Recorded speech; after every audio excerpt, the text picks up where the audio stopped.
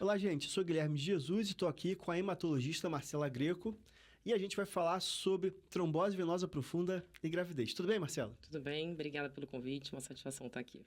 Maravilha. Então a gente começa falando assim, o que seria, né, a trombose venosa profunda e o tromboembolismo pulmonar e por que a gente está preocupado nisso aqui na gravidez? Isso, a trombose é a formação de um coágulo, né, em alguma veia ou artéria, que no caso a gente está falando da venosa, que principalmente acontece nos membros inferiores. E o tromboembolismo pulmonar é quando um trombo se desprende, né, dessa questão dos membros inferiores e acaba indo para a circulação pulmonar.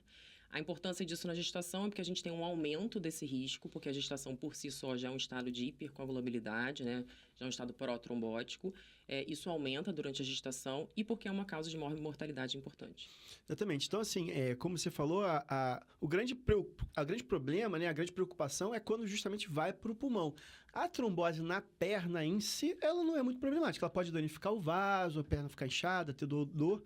Mas a nossa preocupação é justamente essa migração ali desse trombo para o pulmão. Aí sim, vai ter alteração de ventilação, sobrecarga cardíaca e várias outras complicações importantes, né? E, assim, quais seriam as situações, né, que a gente pode pensar que a gente tem um risco aumentado dessa trombose venosa profunda na gestação?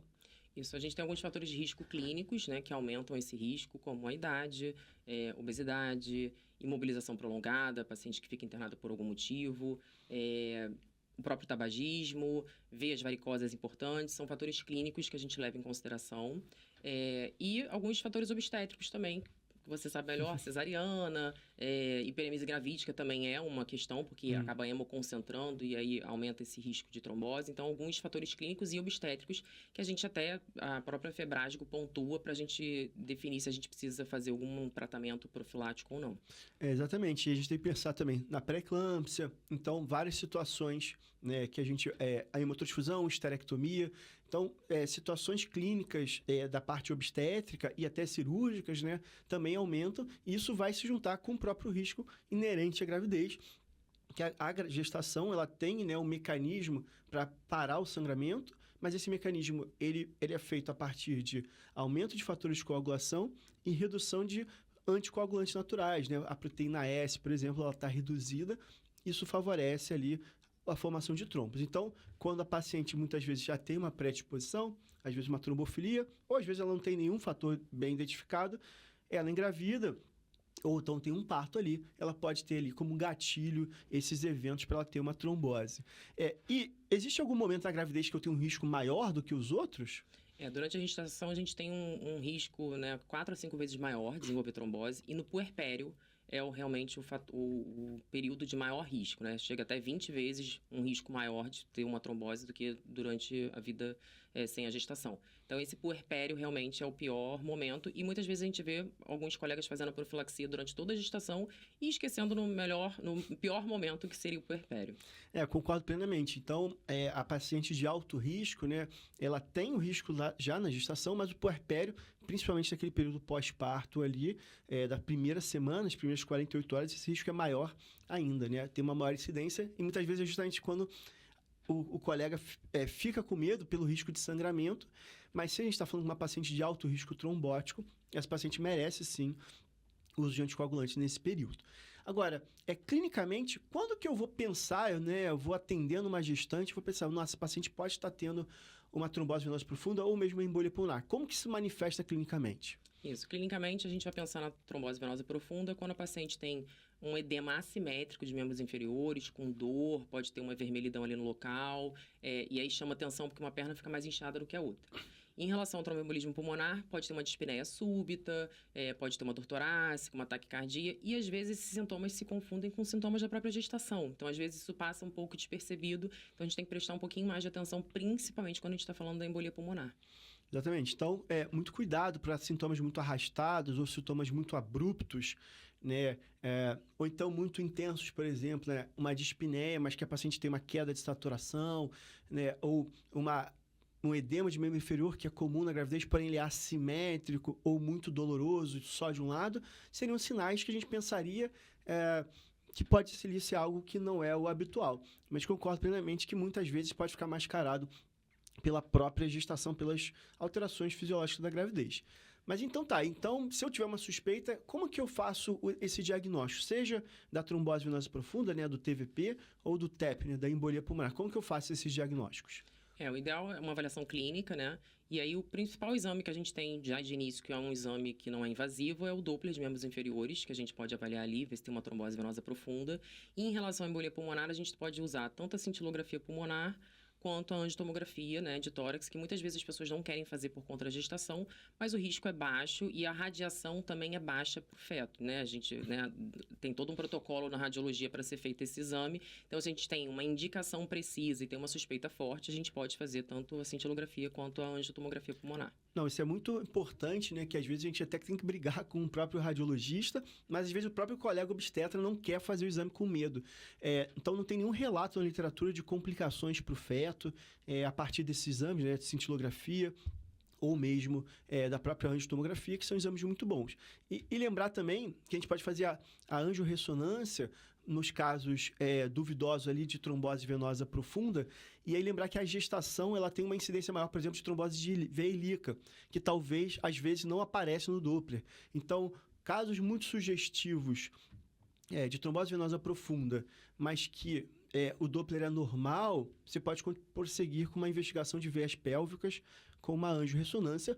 Aí sim, exame mais caro, menos acessível, mas só para lembrar que é possível, né? Até 40% das tromboses elas podem ser ilíacas, e aí realmente a gente vai ter uma dificuldade maior de diagnóstico. Agora, na clínica a gente usa o dedímero, né? Assim, para fazer esse diagnóstico. A gente não falou nele aqui. Ele ajuda ou não ajuda na gravidez? Não, na gestação não ajuda. Ele é um ótimo exame para a gente pensar, né, na exclusão de trombose quando a gente não tem alguns fatores de confusão. Então, ele é um exame muito sensível que aumenta em vários fatores. Ele aumenta em gestação, aumenta em neoplasia, infecção, inflamação, cirurgia. Então, ele é um exame que às vezes confunde. Na gestação, como a gente já tem esse aumento fisiológico, né, durante a evolução da gestação, principalmente segundo, terceiro trimestre, o dedímero aumentado ele não vai confirmar uma trombose, fazer com que a gente tenha que fazer um exame adicional para a gente fazer esse diagnóstico. Então, ali, para a gente ver se essa paciente tem uma suspeita, tem uma trombose ou não, a gente vai ver o estado clínico dela, né? Examinar fisicamente ali ela e avaliar com esses outros exames. O dedímero ele não vai ajudar. A gente não tem nenhum estudo que mostre valores dentro da gestação de dedímero que a gente pode aceitar ou não para cada trimestre. Uhum, São valores maiores do que a média, né? Então, muitas vezes, pacientes totalmente assintomáticos vão ter valores altos de dedímero, e isso não significa que elas estão tendo trombose. Então, realmente, né, alguns protocolos de trombose venosa profunda e gravidez, eles pulam, né, essa etapa que, lá na clínica médica, é bem valorizada e, mais uma vez, né, para excluir e não para confirmar, né? É só para saber se você vai prosseguir na investigação. Mas na gravidez a gente já pula essa etapa, a gente vai direto para o exame de imagem, preferencialmente o Doppler ou a angiorressonância, como a gente comentou. Mas beleza, então vamos supor que eu fiz o diagnóstico lá, realmente o paciente tem uma TVP. Como é que eu trato ela na gestação? Então, a droga de escolha na gestação é a enoxaparina, né? Que é heparina de baixo peso molecular, que é uma droga altamente segura. E aí, se a gente tem uma trombose documentada, a gente vai fazer a heparina dose plena, né? 1 miligrama quilo de 12 em 12 horas.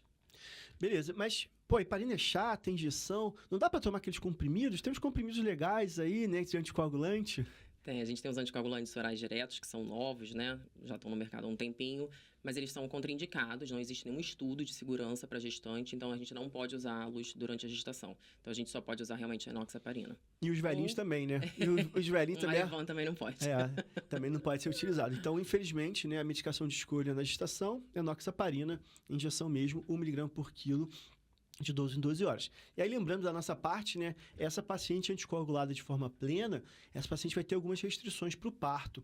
Por exemplo, ao fazer essa dose, ela tem que ficar pelo menos 24 horas sem fazer qualquer anestesia do neuroeixo. Seja RAC, anestesia, seja analgesia peridural. Então, é uma janela muito grande, o que alguns protocolos até sugerem que entre 38 e 39 semanas ela seja internada ou para indução do parto, ou para a cesariana eletiva, para que tenha tempo de você suspender essa medicação por 24 horas, né? Lembrar que as pacientes que usam a dose profilática, né, 0,5 mg por quilo uma vez ao dia, essa janela passa para 12 horas, o que já é um pouquinho mais confortável ali em relação ao parto e até facilita ali o manejo. Mas lembrar realmente dessa restrição que a gente vai ter. E, bom, essa paciente, né, até falando dessa dose profilática, a paciente que já teve anteriormente, né, ela usava o anticoncepcional, por exemplo, e teve uma trombose, essa paciente ela é engravida, ela teve isso há 3 anos atrás. Ela precisa de um cuidado diferente nessa gestação?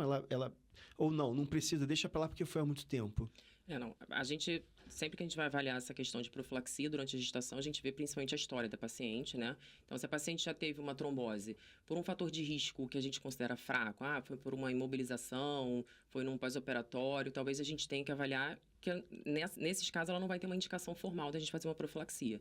Mas uma paciente que já teve uma trombose prévia, num contexto de uso de hormônio, estrogênio com progesterona, a gente está pensando então que durante a gestação ela vai ter esse risco aumentado novamente, então ela está indicada a fazer profilaxia. Até porque a gente tem muito mais estrogênio na gravidez do que no próprio anticoncepcional. Então, de um modo geral, né, a paciente que já teve uma trombose venosa profunda, de um modo geral, ela vai fazer profilaxia, e aí lembrar, né, a dose da profilaxia é 0,5 mg por quilo dia, de um modo geral 40 mg, se a paciente passar de 90 quilos, 60 mg, uma vez no dia de enoxaparina é suficiente, e ela vai ter que usar na gravidez toda. E aí, reforçar o que a gente falou anteriormente, e lembrar dela fazer isso no puerpério, né, porque depois do parto, ela tem um risco aumentado, e aí a recomendação é que ela volte essa anticoagulação, independentemente da dose, 6 horas após o parto vaginal, 12 horas após o parto cesáreo, né? Justamente pelos riscos aumentados ali de trombose. Obviamente, ela tem um risco aumentado de sangramento por causa da medicação, mas aí é uma ponderação, né? A gente está avaliando o risco-benefício para essas pacientes, né? Então, a gente vai tentar, na verdade, aqui evitar a recorrência do evento, que é diferente daquele outro caso que a gente fez o diagnóstico da gravidez, que a gente deu uma dose maior, a gente está tratando, né? A gente quer dissolver, né, aquele trombo novo que foi formado, né? Bom, e então assim, a gente, nesse contexto aqui da trombose venosa, teria algum exame que eu precisaria pedir, por exemplo, depois, para uma paciente que teve trombose venosa ali na gravidez, depois da gestação, quando que eu penso em encaminhar para o hematologista ali, o que você poderia ajudar a gente? Num contexto, a paciente, vamos supor, a paciente não teve nunca trombose, durante a gestação, né, ela faz um evento trombótico. Ideal que ela seja encaminhada depois para o hematologista para ser investigada, apesar de a gente saber que a gestação é um fator de risco para trombose, não é toda gestante que evolui assim, então normalmente a gente pede para ser encaminhado para o hematologista para a gente fazer uma pesquisa, até investigar se ela tem algum outro fator de risco, no caso as trombofilias. Exatamente. E, né, nesse contexto, né, essas pacientes com trombose, o nosso papel, de uma geral, vai ser tirar os fatores de risco, né? E aí, entrando na nossa área, que, por exemplo, é uma paciente que teve uma trombose venosa profunda, se você pegar o manual da OMS de contraceptivo, ela tem uma contraindicação absoluta ao uso do estrogênio. Ela não pode usar o estrogênio. E aí, também uma ressalva para os colegas, que é muito comum, né? Eu até já ouvi falar, não pode usar hormônio. Bom, primeiro que o hormônio tem um monte de tipo de hormônio que não todos são sexuais. Mas, além disso, por exemplo, a progesterona essa paciente pode utilizar. Então, ela pode usar progesterona oral, ela pode usar o DIU de levonorgestrel, sem problema nenhum, mesmo com uma história de trombose. O que é o fator trombótico é o estrogênio, esse sim que vai acabar tendo esse grau de restrição ali, por exemplo, período de puerpério dessa paciente. Agora, é sempre importante entender se teve algum gatilho, né? E aí, Marcela falou da trombofilia, ou, por exemplo, do tabagismo, ou então controle de outros fatores, obesidade, hipertensão, diabetes, que poderiam estar descontrolados. Isso tudo a gente acaba tentando fazer essas modificações de estilo de vida para proteger essa paciente. Isso, é muito importante a gente sempre pensar nos outros fatores, né, de vida, como você falou, de mudança de estilo de vida. Depois de uma trombose, toda paciente vai ter que ter um controle de peso, controle de glicemia, de lipidemia, todo esse controle, essa mudança de estilo de vida para que ela não tenha outros fatores adicionais para evoluir com um novo evento de trombose. Maravilha. Bom, muito obrigado, doutora Marcela. É um prazer aqui conversar com você. Mais uma vez, obrigado pela presença. Obrigada pela participação aqui.